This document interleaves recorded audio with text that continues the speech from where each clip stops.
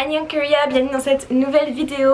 Aujourd'hui on va parler des 10 choses dont je n'arrive absolument pas à m'habituer en Corée. Je vais pas parler des choses qui me manquent de la France ou des choses qu'on peut vivre dans d'autres pays que la Corée, mais vraiment 10 choses en Corée du Sud, culturellement, où j'ai du mal à m'habituer. Donc voilà, on va commencer tout de suite avec le premier point. C'est parti!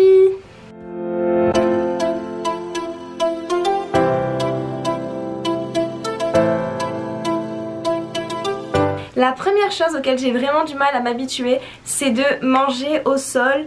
Il peut arriver quand vous êtes dans des restaurants, que vous mangez chez des Coréens tout simplement, de devoir manger au sol. Et autant le fait de manger ça me dérange pas trop, même si c'est un peu compliqué parce qu'on est loin de la table. Mais alors le fait de rester 1 heure, 2 heures, 3 heures assis par terre, au bout d'un moment j'ai besoin de tendre mes jambes. Mais il y a des gens en face de moi donc je ne peux pas, enfin c'est vraiment fatigant pour moi au niveau de mes jambes. Et je me retrouve souvent à demander est-ce que je peux aller m'asseoir sur le canapé s'il vous plaît, parce que au moment j'en peux plus quoi. Donc ouais, manger par terre c'est un peu compliqué pour moi. Il vous arrivera aussi de devoir dormir par terre si vous allez dans des temples bouddhistes par exemple. Ça aussi c'est pas une expérience ou même dans des Airbnb pas très chers ou dans des appartements tout simplement si vous n'avez pas de lit. En Corée ça se fait de dormir par terre. Perso je ne recommande pas l'expérience. Ouais, pas top quoi. Ça se fait mais bon je m'y habituerai pas, non.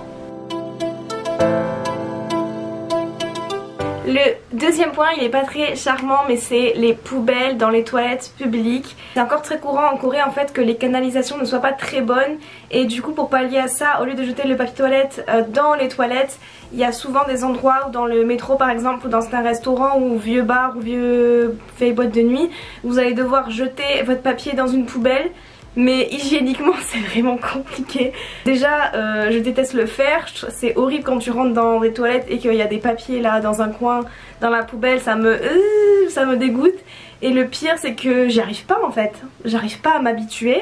À chaque fois je lis le truc, je me dis ah oui il faut que je fasse attention, mais je le mets quand même dans les toilettes parce que c'est automatique et que ça fait depuis qu'on est né qu'on a appris ça quoi. Donc je m'y habitue pas parce que c'est sale, je m'y habitue pas parce que j'y arrive pas.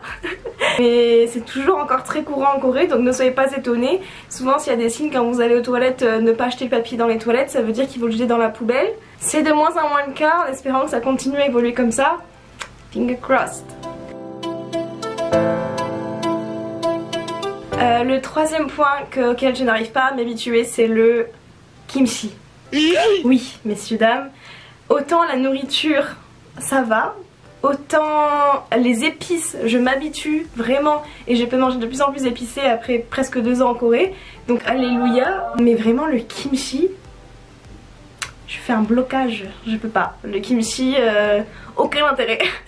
Je suis désolée à tous ceux qui aiment les kimchi, je suis vraiment désolée, mais vraiment je peux le manger mais ça n'a aucun intérêt, ça n'a aucun goût, enfin piolo quoi. Juste next. Quatrième point, c'est la météo en Corée.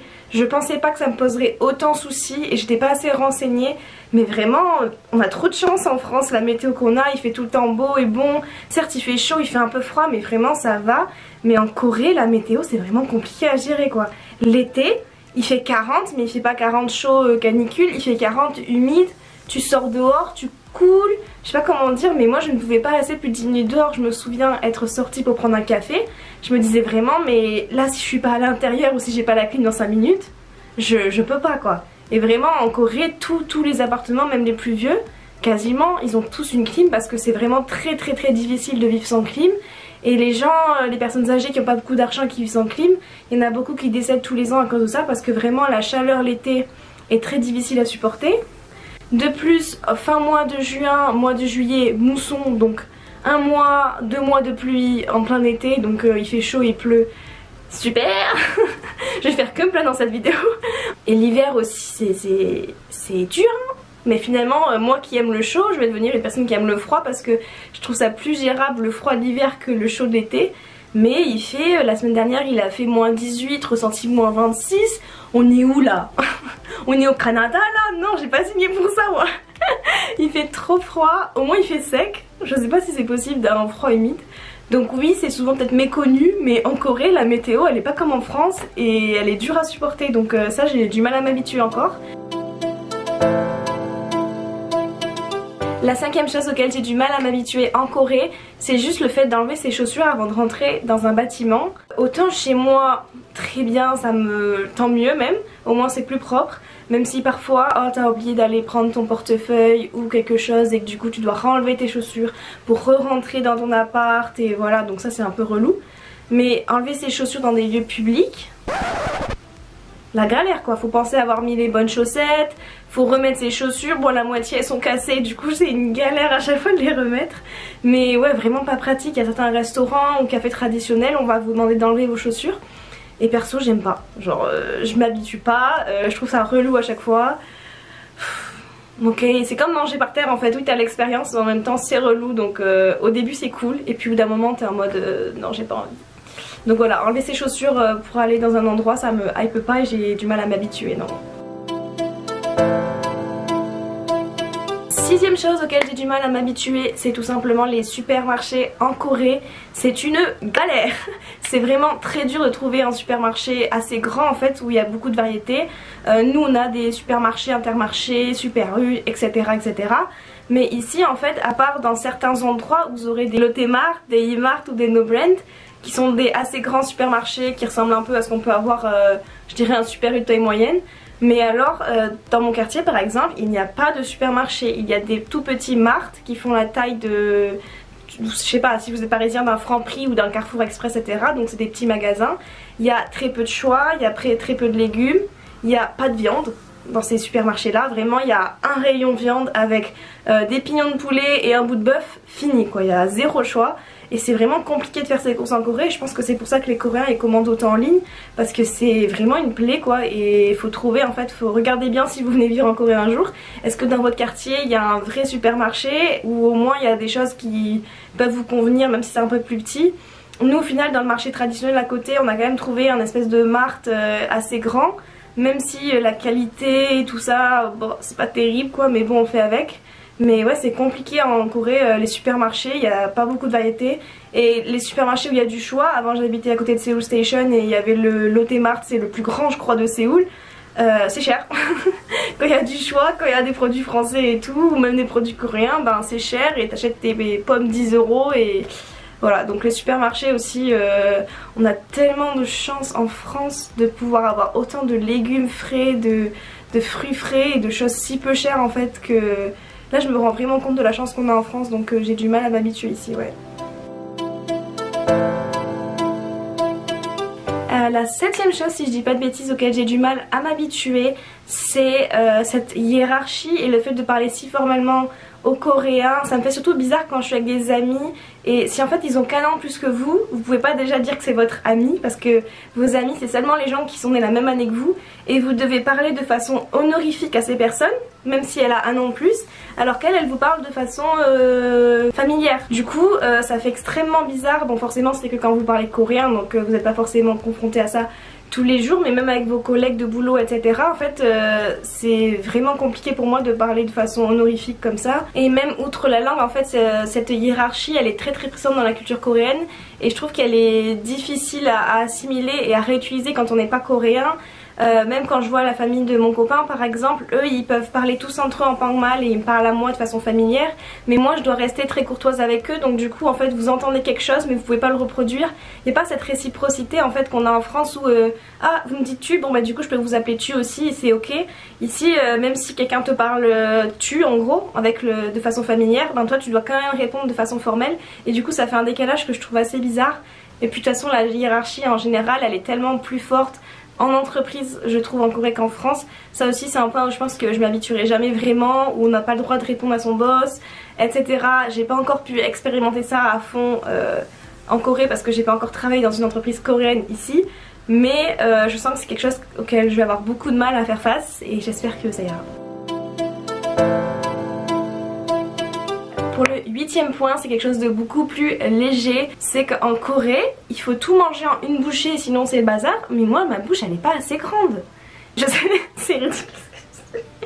Mais je sais pas, mais en gros quand vous allez au barbecue, surtout pour manger un samgyeopsal, souvent on vous demande de prendre une feuille verte, de mettre votre bœuf dedans avec les assaisonnements, de l'oignon, des banchan, après on plie tout et on met tout dans la bouche en une bouchée, sinon c'est le carnage.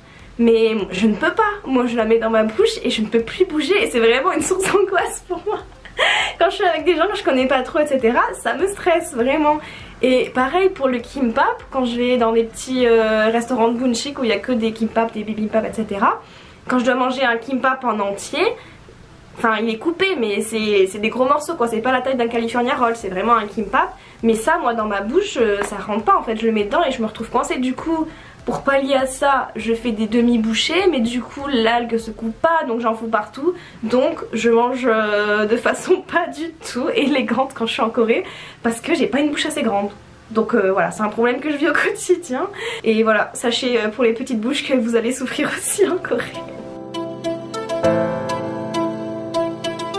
Pour le 9e point de cette vidéo, je vais parler tout simplement des salles de bain coréennes, of course. Je pense que vous l'attendiez. Ce qu'il faut savoir, c'est que les salles de bain en Corée, souvent, il n'y a pas de cabine de douche, il n'y a pas d'espace divisé pour la douche, même s'il y en a de plus en plus, ça se démocratise. Mais en gros, moi notamment dans ma salle de bain, dans cet appartement et dans celui que j'avais avant, la douche est directement entre le lavabo et les toilettes. Donc ce qui fait que quand vous vous douchez, votre salle de bain est entièrement trempée, vos toilettes sont trempées, tout est trempé. Du coup, si vous vous douchez, qu'un quart d'heure après vous voulez aller aux toilettes, tout est trempé. Vous avez les pieds trempés dès que vous êtes dans votre salle de bain, la cuvette des toilettes est trempée et vraiment, je m'y habitue pas. Ça fait 1 an que je vis là-dedans, 1 an et demi maintenant que je vis avec ça. Et franchement c'est pénible, du coup on achète des petits chaussons pour pouvoir marcher sans se mouiller les pieds, etc. Mais c'est dangereux même parce qu'il y a une semaine, comme je vous le disais sur l'autre vidéo, je sors de ma salle de bain, vu que c'est mouillé, il y a un petit tapis, je mets le pied sur le tapis, je glisse grand écart, j'ai un bleu comme ça sur le genou. Mais en fait ça me saoule. En plus pour le nettoyage aussi c'est une plaie parce que du coup vous mouillez pas que la douche, vous mouillez toute votre salle de bain. En plus la nôtre elle est en triangle, ce qui fait que dans les coins il y a de l'eau qui va aussi. Sauf que comme c'est tout le temps humide, même si on ouvre, et qu'en Corée vous connaissez l'humidité, ce qui fait que ça devient crade vite en fait. Et en gros au lieu de laver votre cabine de douche juste, vous devez laver toute votre salle de bain, tous les recoins, sinon vous avez de la moisissure qui va se développer. Donc il n'y a aucune praticité à ça quoi. Déjà c'est pénible quand vous vous douchez. Ah non, en vrai quand tu te douches c'est plutôt agréable parce que tu as de la place, donc c'est quand même agréable quand tu te douches. Mais quand tu sors de la douche et que tu utilises la salle de bain c'est pénible, quand tu dois nettoyer c'est pénible. Donc pour moi c'est un non. J'en veux plus de ces salles de bain à la coréenne là. Terminado. Et la 10e chose auquel je n'arrive pas à m'habituer, c'est le fait de ne pas pouvoir vraiment parler dans le métro. Je suis quelqu'un de très bavard, j'ai des amis qui sont très bavards aussi, et du coup c'est assez compliqué de... On peut parler en fait dans le métro, mais en gros si vous parlez trop fort vous allez vite être dévisagé, etc.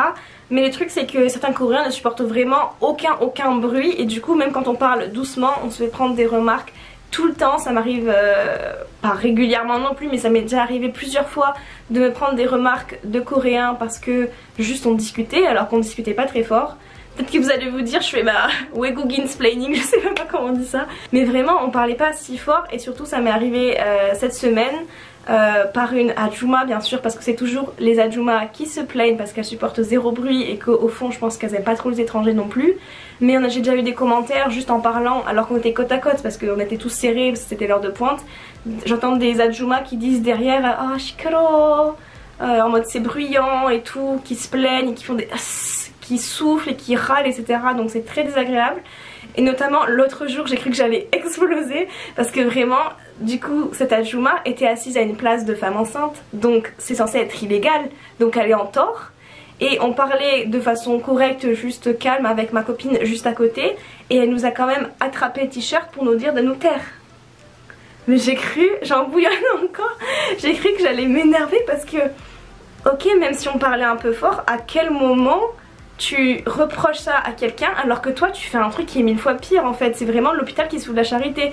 Ça m'a tellement énervée et du coup ouais. Je sais pas même si c'est le métro et les règles du métro auxquelles j'arrive pas à m'adapter, mais je pense que c'est vraiment plutôt le comportement de certains Coréens et de certaines Coréennes face aux étrangers, notamment du coup les femmes qui ont plus de la cinquantaine qu'on appelle les Ajuma, qui se croient à tout permis, qui permettent de faire des commentaires lorsque même elles font des bêtises. Et surtout, enfin même c'est le genre de personnes qui vous poussent dans la queue, qui alors que tout le monde fait la queue pour entrer dans le métro, passe en diagonale pour prendre la place parce que de toute façon c'est que des comportements comme ça en fait où vraiment elles se pensent hors de la société et du coup elles respectent pas les règles et en plus ça permet de faire des commentaires aux autres, donc voilà, ça m'énerve tout simplement. Même si parfois, disclaimer, il y en a des adorables qui me disent de m'asseoir, de prendre leur place et tout ça, hein. Autant des hommes que des femmes d'ailleurs, il y a plein de gens qui me disent quand j'attends debout assis-toi à côté, ou alors j'ai déjà eu des hommes aussi un peu plus âgés qui, quand je me faisais embarquer par la foule, poussaient les gens et m'aidaient à rentrer dans le métro et qui m'aidaient. Enfin globalement je pense quand même que j'ai rencontré plus de gens qui m'ont rendu service dans le métro que le contraire, mais il y a juste quelques fois voilà, où ces personnes là se croient un peu au-dessus de la loi et vous le font ressentir et vous font sentir que vous n'êtes pas bienvenu ici. Et donc voilà, c'est la deuxième chose auquel j'ai du mal à m'habituer en Corée. J'espère que cette vidéo vous a plu, n'hésitez pas à me dire vous aussi en commentaire la chose auquel vous n'avez pas réussi à vous habituer en venant en Corée, ou la chose laquelle quand vous viendrez en Corée vous pensez ne pas vous habituer du tout. Voilà, j'ai hâte de vous lire, et si cette vidéo vous a plu n'hésitez pas à laisser un petit j'aime, à commenter et bien sûr à vous abonner à cette chaîne. Je vous fais des très gros bisous, à la prochaine, bye.